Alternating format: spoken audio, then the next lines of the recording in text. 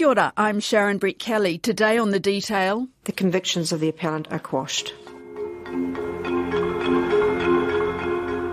I'm so relieved that finally he's been exonerated. He didn't live to hear it, but today Peter Ellis had his convictions for child sex abuse quashed. Because he's had, it was 30 years, it was 3 decades of him trying to clear his name. On Friday, the Supreme Court found Peter Ellis suffered a miscarriage of justice. The memories of the children had become contaminated through questions from parents, and the psychiatrist Karen Zellis's evidence departed from appropriate standards. I think it's really bittersweet for a lot of people. His brother just texts me saying, you know, in some ways there are no winners, and that he wishes Peter and his mother were here, and that he was such a special and unique person. He died a Christchurch child abuser, which he never was, and sad that he got remembered that way. And it's really equally upsetting that his mother has just recently died, who stood by him for such a long time. Nearly 30 years after he was sent to jail for 16 child sex offences at the Christchurch Civic Creche, the Supreme Court has quashed the convictions of Peter Ellis. Now, for the first time, footage of interviews with Peter, done in secret by Newsroom's investigations editor Melanie Reid, has been released. At the time, I practically lived at the Christchurch courthouse covering the Ellis story for TV3. At night, I would visit Peter at his house. We would smoke cigarettes and drink sherry on his veranda. I was the only journalist he ended up talking to in the 90s. The 50 tapes of those interviews that she dug out of a rubbish bin and kept in her garage are now part of a 7-episode Newsroom documentary called Peter Ellis, The Creche Case and Me. I talked to Mel about how she would go from the press bench in court reporting the case to sipping sherry and smoking cigarettes with Peter at home in a city possessed by ritual sexual abuse panic that was sweeping the world. Her experience is still so sharp in her mind, she speaks of him as if he's still alive. He is an extraordinary person, actually, and he's kind of quite wild and flamboyant, and he always sort of operated a little bit on the edge, but he was a very kind man, and he was a very thoughtful man.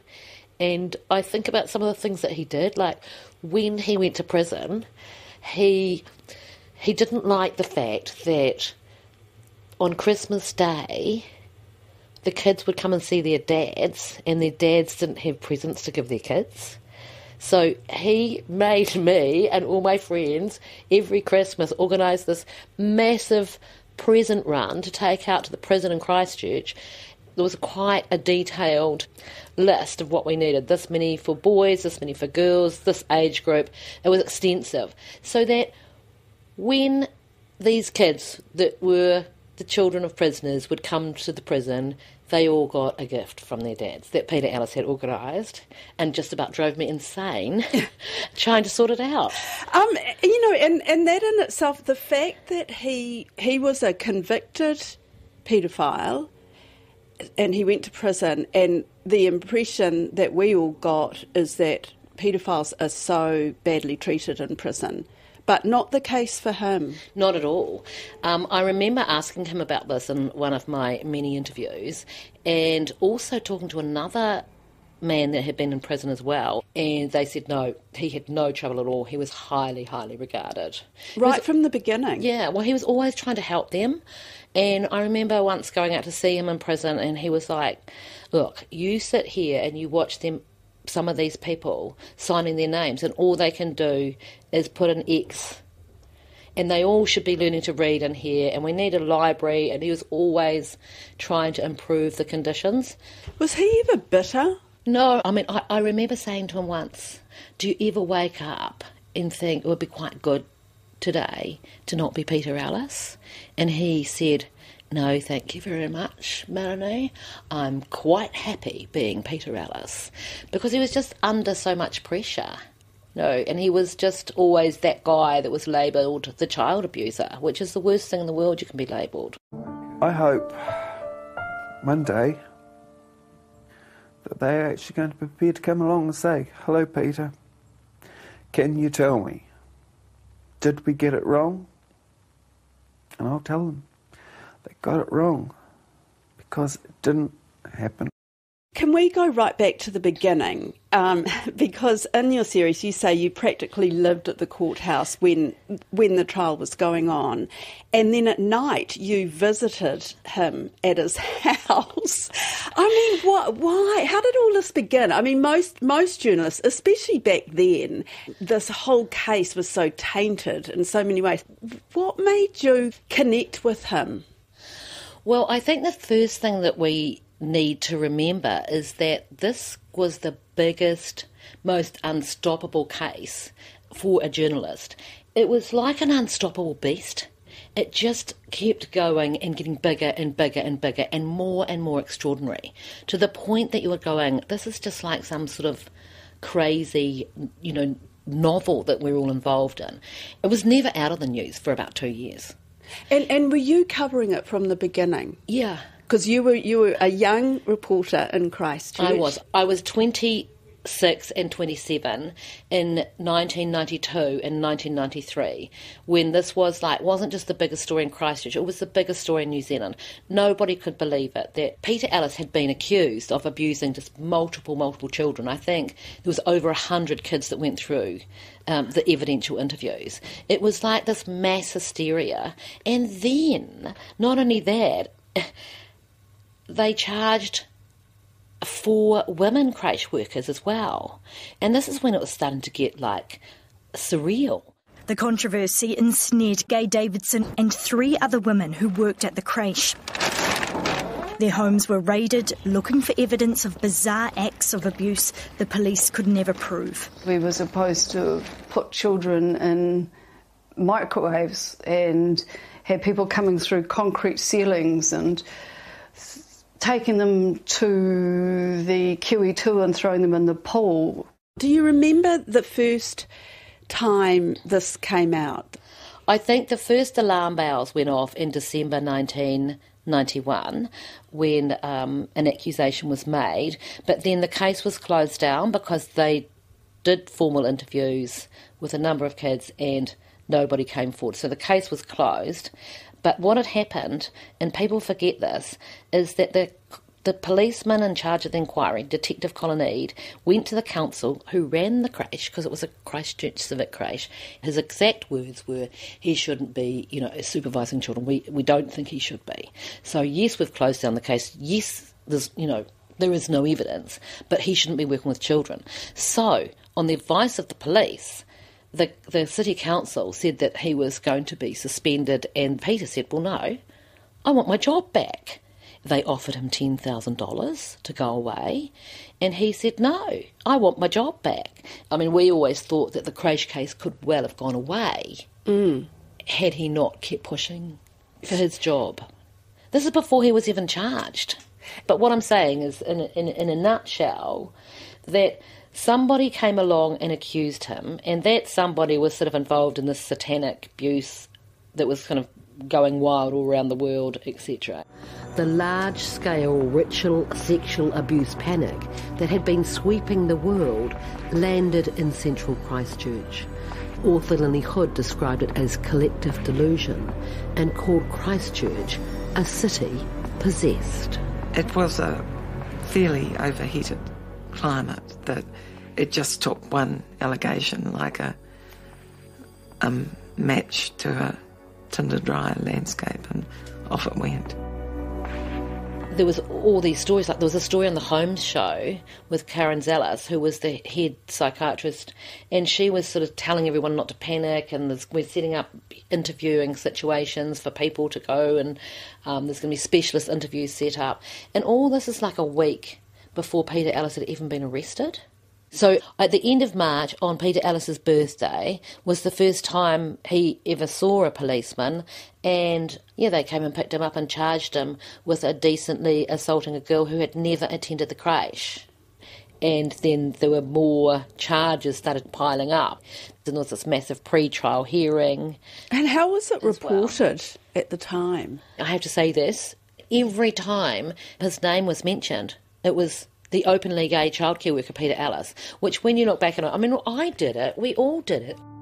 Do you think the fact that you are gay, and quite obviously gay, I don't want you to take that the wrong way, but do you think that you're an easy target? Look at it from a public perspective. From a public... It depends on people's attitudes. I mean, nowadays people's attitudes towards gay people are changing.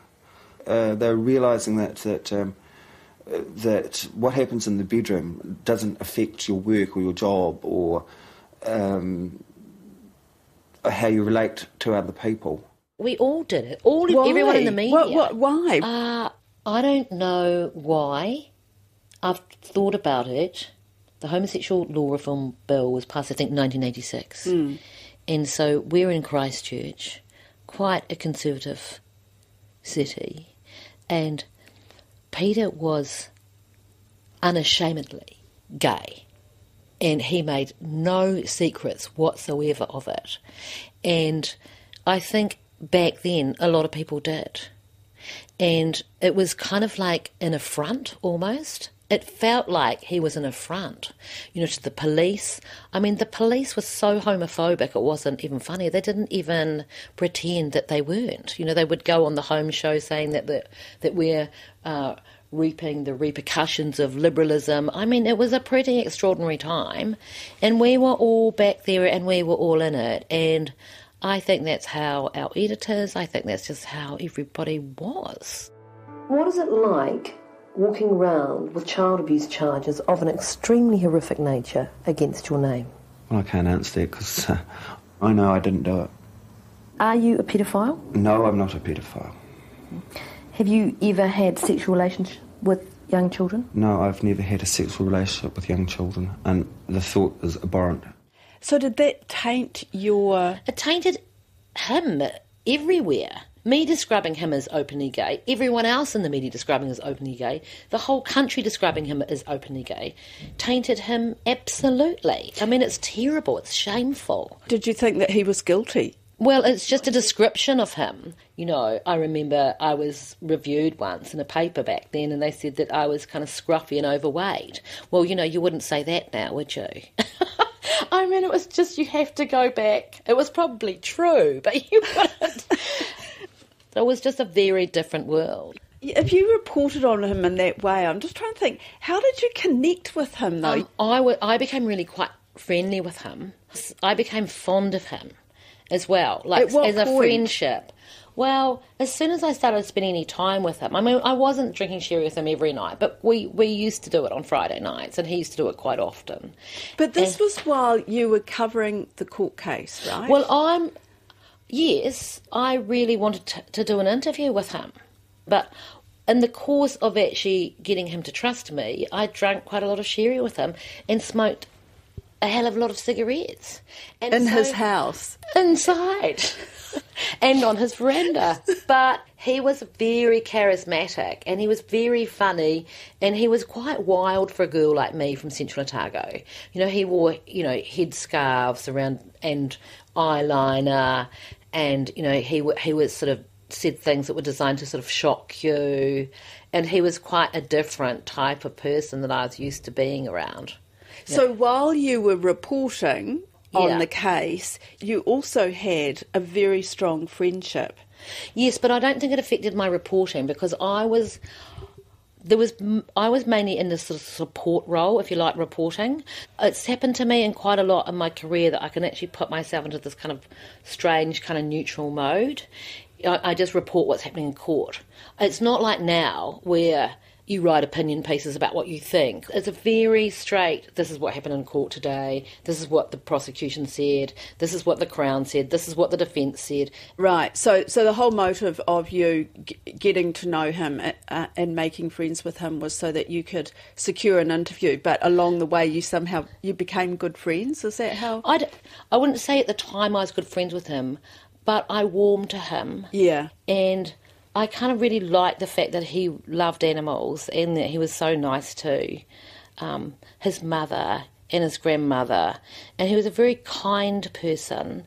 Then I just said, look, if you if we do this interview, I'll do everything that I can to make sure that, what you say is put out there, and that even if you go to jail, that we can keep telling your story because we'll have these interviews. So in those days I did it quite a few times, we used to secretly interview people, because obviously there's a sub judice rule that you can't do any interviews because the court case is going on, and then once they were found guilty or not guilty, then we'd actually come out and have the interviews. And I would always say, well, there's no point having a whole lot of things to say once you're in jail because we can't get to you. Were you convinced of his innocence, or had you formed an opinion by then? Not really. I just think I was completely confused, like the rest of New Zealand. I think much more back then, we kind of believed that, it was very much where there's smoke, there's fire, and surely they can't be pouring all these resources, and, there's hundreds of kids being interviewed, there's, $500,000 in ACC that's gone. I mean, something's happened here. It can't be just all a fabrication. I remember I worked with Mark Jennings back then, and he'd been working in Melbourne, and he'd came over, and another good colleague of mine was Jeff Hampton. I remember going to this meeting that the police had called for us to go, and they had sort of whiteboards and flow charts, and I think when they left, Mark and Jeff and just went, this is just the most ridiculous thing that we've ever heard of. That, because what people forget as well is that at one point the police wanted to not only arrest his four women co-workers, they wanted to arrest more women that worked at the creche, and they also wanted to arrest Peter's mother. So that's when, Mark and Jeff and people that I worked with down in TV3 in Christchurch were like, this is actually getting a bit mad. And I remember the police, they raided all these houses, and they just took hundreds of videos because they decided that the kids had all been videoed. So they took everyone's videos out of all of these houses. I mean, it was just, when I think back on it, I just need to go and have a lie down. But now you've got all these hours of footage from your visits with him. What, over those 3 years? No, it was mainly over a year, mid-1992. Through until when he went to jail. I was with him the night before he was sent off to jail. How many hours of footage have you got from that? I've got 50 beta tapes, that were thrown out at TV3. I know. There's a story, there's a story in itself. I watched these tapes being put into those dumpster bins and went, they're all my interviews with Peter Ellis, like the whole big section of my life. It felt really personal, and it was when they were digitising everything and everything was being biffed, and all the field tapes were being biffed. So I took all Peter's tapes and my interviews with him. And you stored them in your garage all this time, thinking what? I don't know what I thought. I just thought, you're not taking those precious tapes with Peter. It felt really insulting to him, and it felt really insulting to me. The 10-year sentence was greeted with a great deal of satisfaction by parents and police. The 12-member panel convicted Ellis on 16 of the 25 charges he faced.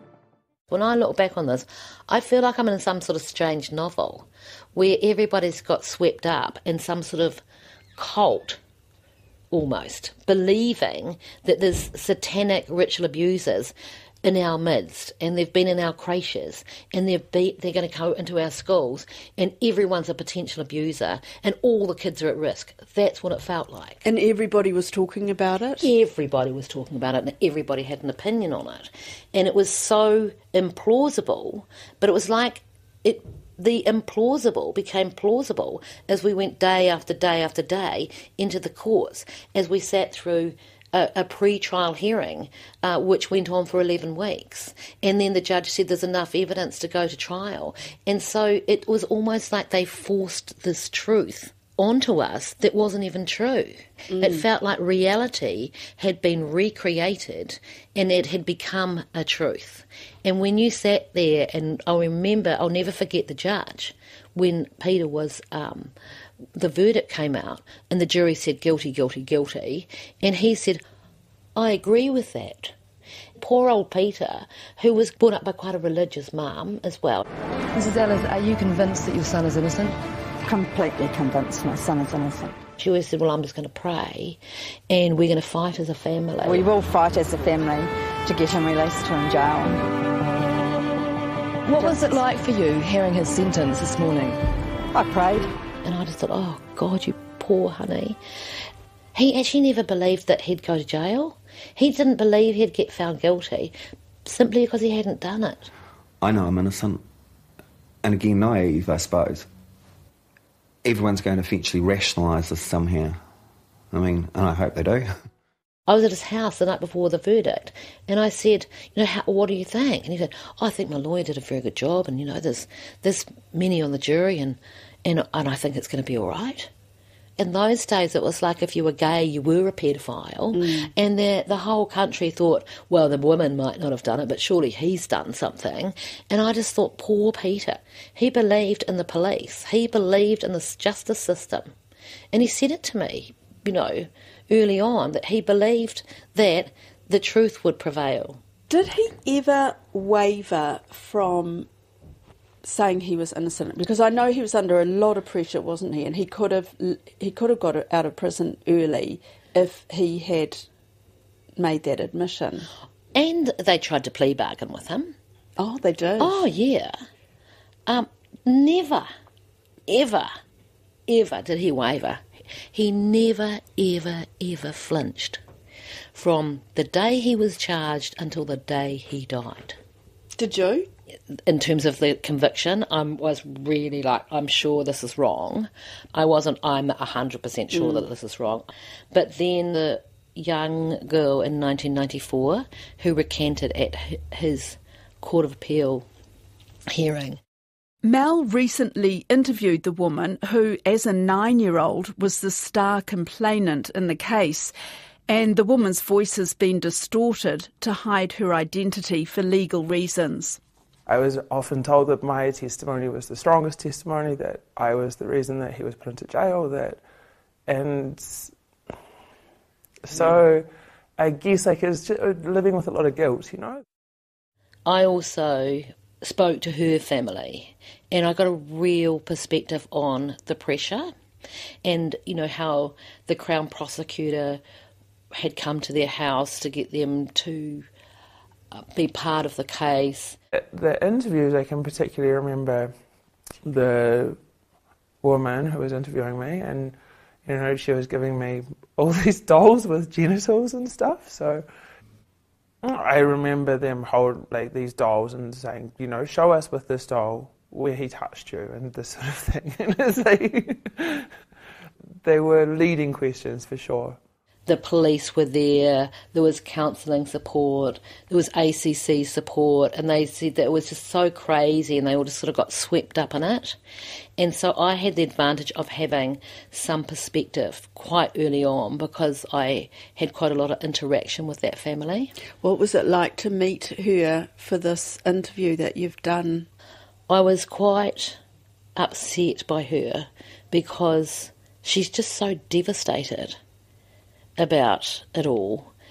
Since 1994, we're now nearly 30 years down the track, nobody has been to see her.